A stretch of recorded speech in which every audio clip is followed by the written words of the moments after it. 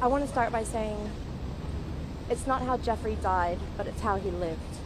And we need to get to the bottom of everybody who was involved with that, starting with Ghislaine Maxwell and going along the lines there. The reason she wanted to write the book primarily was to help other victims of sexual abuse, not just Ghislaine Maxwell and Jeffrey Epstein's victims, but anyone who'd been coerced into a sexual situation that they didn't want to be part of.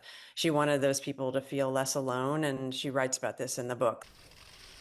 Prince Andrew's life is being eroded for his past behavior.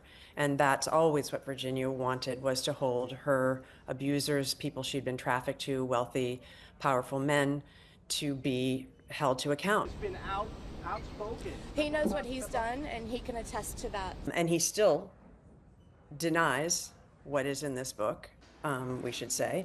He could still come forward. He was in those houses. He was on the island. He was in the private jet numerous times. Those private jets were remodeled to have bedrooms in them. They were flying sexual trafficking devices. That's what they were for. And Prince Andrew was in all of those places and saw things. He could still come forward and say to the authorities, I want to validate these women's experience. I have daughters. I think women should be believed. Do I think he's going to do that? No, but he could.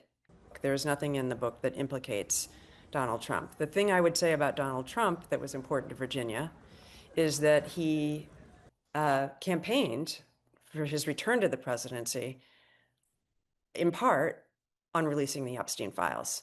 I was with Virginia in October, just weeks before the presidential election, and she felt incredibly validated by that a former president who was hoping to be president again was calling for, justice for these women. I don't know what's happened since, but that was something that was very important to Virginia, and she felt she was a fan of Donald Trump's because she thought he was on her side.